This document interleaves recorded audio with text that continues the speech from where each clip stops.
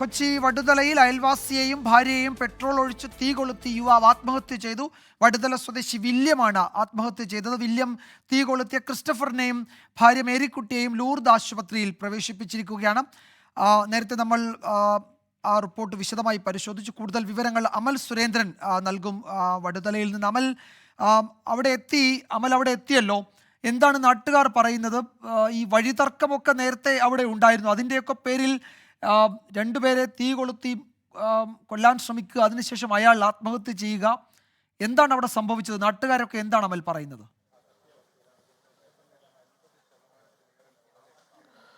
അക്ഷരാർത്ഥത്തിൽ നടുക്കത്തിലായിരിക്കുകയാണ് ഈ പ്രദേശവാസികളെല്ലാം, വിജയകുമാർ. ഏതായാലും ഇവർക്ക് പറയാനുള്ള ഒരു 8 മണിക്ക് ശേഷമാണ് ഈ ഒരു സംഭവം എറണാകുളം ലൂർദ് ആശുപത്രിക്ക് തൊട്ട് പിന്നിലുള്ള ഗോൾഡൻ സ്ട്രീറ്റിൽ വെച്ച് സംഭവിക്കുന്നത്. ഇവിടെ താമസിക്കുകയായിരുന്ന ഇവരുടെ അയൽവാസിയായിരുന്നു, ഈ വില്യമിന്റെ അയൽവാസിയായിരുന്നു ക്രിസ്റ്റഫറും ഭാര്യ മേരിക്കുട്ടിയും. ഇവർക്ക് 54 വയസ്സ് വീതമായിരുന്നു ഉണ്ടായിരുന്നു. ഇവർ പുറത്തു പോയിട്ട് തിരിച്ച് തങ്ങളുടെ ഇരുചക്ര വാഹനത്തിൽ, ഇപ്പൊ എനിക്ക് നിങ്ങൾ കാണാൻ സാധിക്കുന്ന, നമ്മുടെ ഫ്രെയിമിൽ കാണാൻ സാധിക്കുന്നതാണ്, ഈ ഒരു സ്കൂട്ടറിലാണ് ഇവർ തിരിച്ചു വന്നത്. തിരിച്ചു വരുമ്പോൾ വഴിയിൽ തടഞ്ഞു നിർത്തി, നമ്മൾ നിൽക്കുന്ന ഈ വഴിയിൽ തടഞ്ഞു നിർത്തി വില്യം ഇവർ രണ്ടുപേരുടെയും തലയിലൂടെ പെട്രോൾ ഒഴിക്കുകയായിരുന്നു. മുൻകൂട്ടി തന്നെ വാങ്ങി വെച്ചിരുന്ന പെട്രോൾ ഒഴിക്കുകയായിരുന്നു. നമുക്ക് അറിയാൻ സാധിക്കുന്നത് ഇന്ന് രാവിലെ ഇവർ തമ്മിൽ ചെറിയൊരു തർക്കമുണ്ടായിരുന്നു. ഇത്തരത്തിലുള്ള തർക്കങ്ങളെല്ലാം ഇവിടെ പതിവായി തന്നെ ഉണ്ടാവാറുണ്ട്. വില്യം ഒരു പ്രത്യേക തരത്തിലുള്ള ഒരു സ്വഭാവത്തിന് ഉടമയാണ് എന്നാണ് പ്രദേശവാസികൾ തന്നെ നമ്മളോട് അല്പസമയത്തിന് മുൻപ് പറഞ്ഞത്. ചേട്ടാ, ഈ എങ്ങനെയായിരുന്നു ഈ ഒരു സംഭവം ഉണ്ടായത്? ഇങ്ങനെ ഒരു തർക്കങ്ങളൊക്കെ ഇടയ്ക്ക് ഉണ്ടാവാറുണ്ടായിരുന്നതാണോ? മുൻകൂട്ടി കേസുകളാണ്, നിലവിലെ കേസുകളാണ്. പിന്നെ ഈ മലമൊക്കെ എടുത്ത് അവരെ വീടിന്റെ ഭാഗ്യം കൊണ്ടിറങ്ങി വില്യം ചെയ്യുന്ന ക്യാമറ ഒക്കെ വെച്ചിട്ടുണ്ട്. ഈ പൊള്ളലേറ്റ ആളെ ക്യാമറ ഒക്കെ വെച്ചത് നിലവിലെ കേസുകളാണ്. ഞങ്ങളായിട്ടും പ്രശ്നങ്ങളാണ്, സ്ഥിരം പ്രശ്നക്കാരാണ്. വില്യം ഇവിടെ ഒറ്റയ്ക്കാണോ താമസിക്കുന്നത്? അയാള് നേരത്തെ മയക്കുമരുന്ന്, കഞ്ചാവ് എല്ലാം ഉപയോഗിക്കുന്നതാണ്. പക്ഷേ ഇത് കരുതിക്കൂട്ടി ചെയ്താണ്. കാരണം ഇപ്പം എൻ്റെ ഭാര്യയുടെ ഫ്രണ്ടാണ് ഈ വില്യമല്ല ക്രിസ്റ്റഫറും ഭാര്യയൊക്കെ. ഇവരുടെ മക്കളൊക്കെ എവിടെയാണ്? മക്കളില്ല, മേരിക്കും ക്രിസ്റ്റഫറും മക്കളില്ല. ഇന്ന് പെട്ടെന്ന് ഈ ഒരു പ്രകോപനം ഉണ്ടാവാനുള്ള എന്തെങ്കിലും കാരണം അങ്ങനെ എന്തെങ്കിലും ഉണ്ടായോ? അതിനെക്കുറിച്ച് അറിയില്ല. എന്തായാലും ഇവർ തമ്മിൽ രസത്തിലായിരുന്നില്ല. ഈ പ്രദേശവാസികളായിട്ടും മൊത്തത്തിൽ വില്യം ഒരു ഇതായിരുന്നില്ല അല്ലേ? ക്രിമിനൽ മൈൻഡ്, ഒരു ക്രൂക്കഡ് മൈൻഡുള്ളതാണ്. പോലീസിൽ പരാതിയൊക്കെ നൽകിയിട്ടുള്ളതാണ്? ഇവരെല്ലാം നാട്ടുകാരായിട്ട് മുഴുവൻ ഞാനടക്കം കേസുകളാണ്. നിലവിൽ ഈ വില്യമിനെതിരെ നിരന്തരമായിട്ടുള്ള ഇത്തരത്തിലുള്ള പ്രശ്നങ്ങൾ വില്യമിന്റെ ഭാഗത്തുനിന്ന് ഉണ്ടായിരുന്നു എന്നാണ് പ്രദേശവാസികൾ നമ്മളോട് പറഞ്ഞത്. ഏതായാലും ഈ ഒരു സംഭവം ഉണ്ടായതിനെ തുടർന്ന് തന്നെ ഇവർക്ക് പെട്രോൾ ഒഴിച്ച് മേരിക്കുട്ടിക്കും ക്രിസ്റ്റഫറിന്റെയും തീ നൽകിയതിനു ശേഷം പെട്ടെന്ന് വില്യം, നമുക്ക് കാണാവുന്നതാണ് ഈ തൊട്ടടുത്തുള്ള ഈ ഒരു മഞ്ഞ വീടാണ് വില്യമിന്റെ വീട്. ഈ വീടിനുള്ളിലേക്ക് പോവുകയും അവിടെ തൂങ്ങുന്ന ഒരു സ്ഥിതിയാണ് ഉണ്ടായിരുന്നത്. ഏതായാലും ഇദ്ദേഹത്തിന്റെ ശരീരം ഇപ്പോഴും ഈ വീടിനുള്ളിൽ തന്നെയാണുള്ളത്.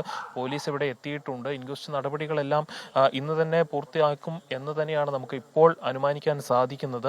ഏതായാലും അല്പസമയത്തിന് ശേഷമേ കൂടുതൽ നടപടികൾ ഇന്ന് തന്നെ ഉണ്ടാകുമോ എന്നൊരു തീർച്ച, ഇൻക്വസ്റ്റ് നടപടികൾ, അതായത് വില്യമിന്റെ ഇൻക്വസ്റ്റ് നടപടികൾ ഇന്ന് തന്നെ ഉണ്ടാകുമോ എന്ന രീതിയിലുള്ള ഒരു കാര്യം അല്പസമയത്തിന് ശേഷം മാത്രമേ തീർച്ചപ്പെടുത്തുവാൻ സാധിക്കുകയുള്ളൂ. പക്ഷേ ഈ ഒരു പ്രശ്നം നിരന്തരമായിട്ട് ഇവിടെ ഉണ്ടായിരുന്നതാണ്. വില്യമിനെ ഈ ഒരു പ്രദേശത്തുള്ള പലരുമായിട്ടും നിരന്തരം ഇത്തരത്തിലുള്ള പ്രശ്നങ്ങൾ ഉണ്ടാകുന്ന ഒരു സാഹചര്യം ഉണ്ടായിരുന്നു. പലതരത്തിലുള്ള മാലിന്യ പ്രശ്നങ്ങളും ഒക്കെ ഉണ്ടായിരുന്നു. ഈ വഴിത്തർക്കം മാത്രമല്ല എന്നാണ് നമുക്കറിയുന്നത്. അതിർത്തർക്കം എന്ന നിലയിലാണ് ആദ്യം വാർത്തകൾ വന്നിരുന്നത്. പക്ഷെ അതിർത്തർക്കമല്ല, പകരം ഈ വില്യമിന്റെ ഒരു സ്വഭാവത്തിലുണ്ടായിരുന്ന ചില തരത്തിലുള്ള ചില കുറവുകളോ അല്ലെങ്കിൽ അത്തരത്തിലുള്ള ചില കാര്യങ്ങളൊക്കെയാണ് ഇത്തരത്തിൽ പ്രദേശവാസികളുമായി നിരന്തരം പ്രശ്നങ്ങൾക്കുള്ള കാരണം എന്നാണ് മനസ്സിലാക്കുന്നത്. അയാൾ ഒറ്റയ്ക്കാണ് ഇവിടെ താമസിക്കുന്നത്. ചേട്ടാ, ഈ വില്യം ഒറ്റയ്ക്കാണ് ഇവിടെ താമസിച്ചിരുന്നത് അല്ലേ?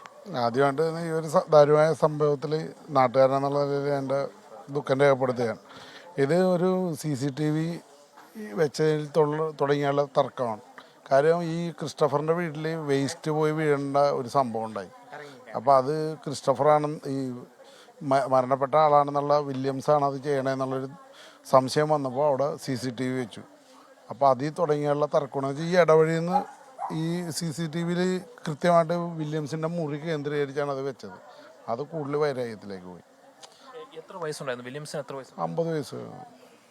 ഇപ്പോൾ ഇത്തരത്തിലൊരു കാര്യത്തിലേക്ക് പെട്ടെന്നുണ്ടായ പ്രകോപനം എന്തായിരുന്നു? പ്രകോപനം എന്ന് വെച്ചാൽ വില്യംസ് ഒരു പ്രത്യേക മാനസിക നിലയുള്ള ആളാണ്.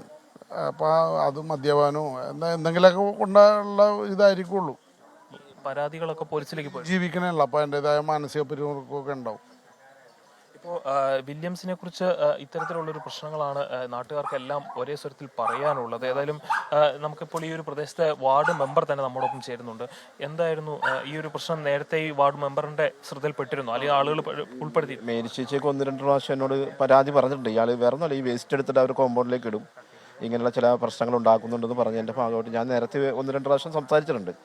സംസാരിച്ച സന്ദർഭത്തിൽ ഇനി മേലിൽ എൻ്റെ ഭാഗത്തുനിന്ന് ഉണ്ടായില്ല, ഞാനത് ശ്രദ്ധിച്ചോളാം നല്ല രീതിയിലാണ് ഇയാളുടെ ഭാഗത്തുനിന്നൊരു സമീപനം ഉണ്ടായത്. പക്ഷെ ഇങ്ങനെ ഒരു രീതിയിലേക്ക് പോകുന്ന ഒരിക്കലും നമ്മൾ വിചാരിക്കുന്നില്ല. ഇത് ഇന്ന് വൈകുന്നേരം ഈ ദുഃഖകരമായിട്ടുള്ളൊരു അവസ്ഥക്കകത്ത് കാര്യങ്ങൾ എത്തുമെന്ന് നമ്മളാരും വിചാരിക്കുന്നില്ല. ഈ ഒരു പ്രശ്നം ഉണ്ടാകാനുള്ള ഒരു പെട്ടെന്നുണ്ടായ എന്തെങ്കിലും പ്രകോപനമോ അങ്ങനെ എന്തെങ്കിലും ആണോ, അതോ നേരത്തെ കൂട്ടി കണക്ക് കൂട്ടി ഇതിന് പെട്രോളൊക്കെ കരുതി അങ്ങനെ ആയിരുന്നു, അതോ പെട്ടെന്ന് എന്തെങ്കിലും പ്രകോപനം ഉണ്ടായതാണോ? എന്താണ് പ്രാഥമികമായി മനസ്സിലാക്കുന്നത്? ഇയാളുടെ ഒരു രീതി ഇവിടെ വന്നപ്പോൾ മനസ്സിലാക്കാൻ കഴിഞ്ഞതെന്ന് വെച്ചാൽ ഇയാൾ പെട്രോൾ വാങ്ങിച്ച് ശേഖരിച്ചിട്ടുണ്ടെന്ന് തന്നെയാണ്. പക്ഷെ അങ്ങനെ ആ പെട്ടെന്നൊരു പ്രകോപനത്തിലേക്ക് വരാൻ കഴിയുന്ന ഒരു സാഹചര്യം നമ്മുടെ മുന്നിലേക്ക് ആരും പറഞ്ഞിട്ടില്ല, അങ്ങനെ നമ്മൾ അറിഞ്ഞിട്ടില്ല. നേരത്തെ ഉണ്ടായ തർക്കങ്ങൾക്കകത്ത് നമ്മൾ ഇടപെട്ടുന്നതല്ലാതെ ഇന്നിങ്ങനെ ഒരു സംഭവത്തിനകത്തേക്ക് വരുമെന്നുള്ള അങ്ങനെ ഒരു സാഹചര്യത്തെ കുറിച്ച് ആരും. ശരി, അമൽ സുരേന്ദ്രനാണ് അവിടെ നിന്ന് വിവരങ്ങൾ നൽകുന്നത്. ഇതിൽ പൊള്ളലേറ്റ മേരിക്കുട്ടിയുടെ പൊള്ളൽ അത്ര ഗുരുതരമല്ല എന്നാണ് ആശുപത്രിയിൽ നിന്ന് വരുന്ന വിവരങ്ങൾ. ക്രിസ്റ്റഫറിന് ഏതാണ്ട് 50% പൊള്ളലേറ്റിട്ടുണ്ട്. അദ്ദേഹത്തിന്റെ കാൽ തുടയിലും നെഞ്ചിലുമാണ് പൊള്ളലേറ്റത് എന്നാണ് വരുന്നത്. രണ്ടുപേരും ലൂർദ് ആശുപത്രിയിൽ ചികിത്സയിലാണ് എന്ന വിവരം കൂടി ഇപ്പോൾ വരുന്നുണ്ട്.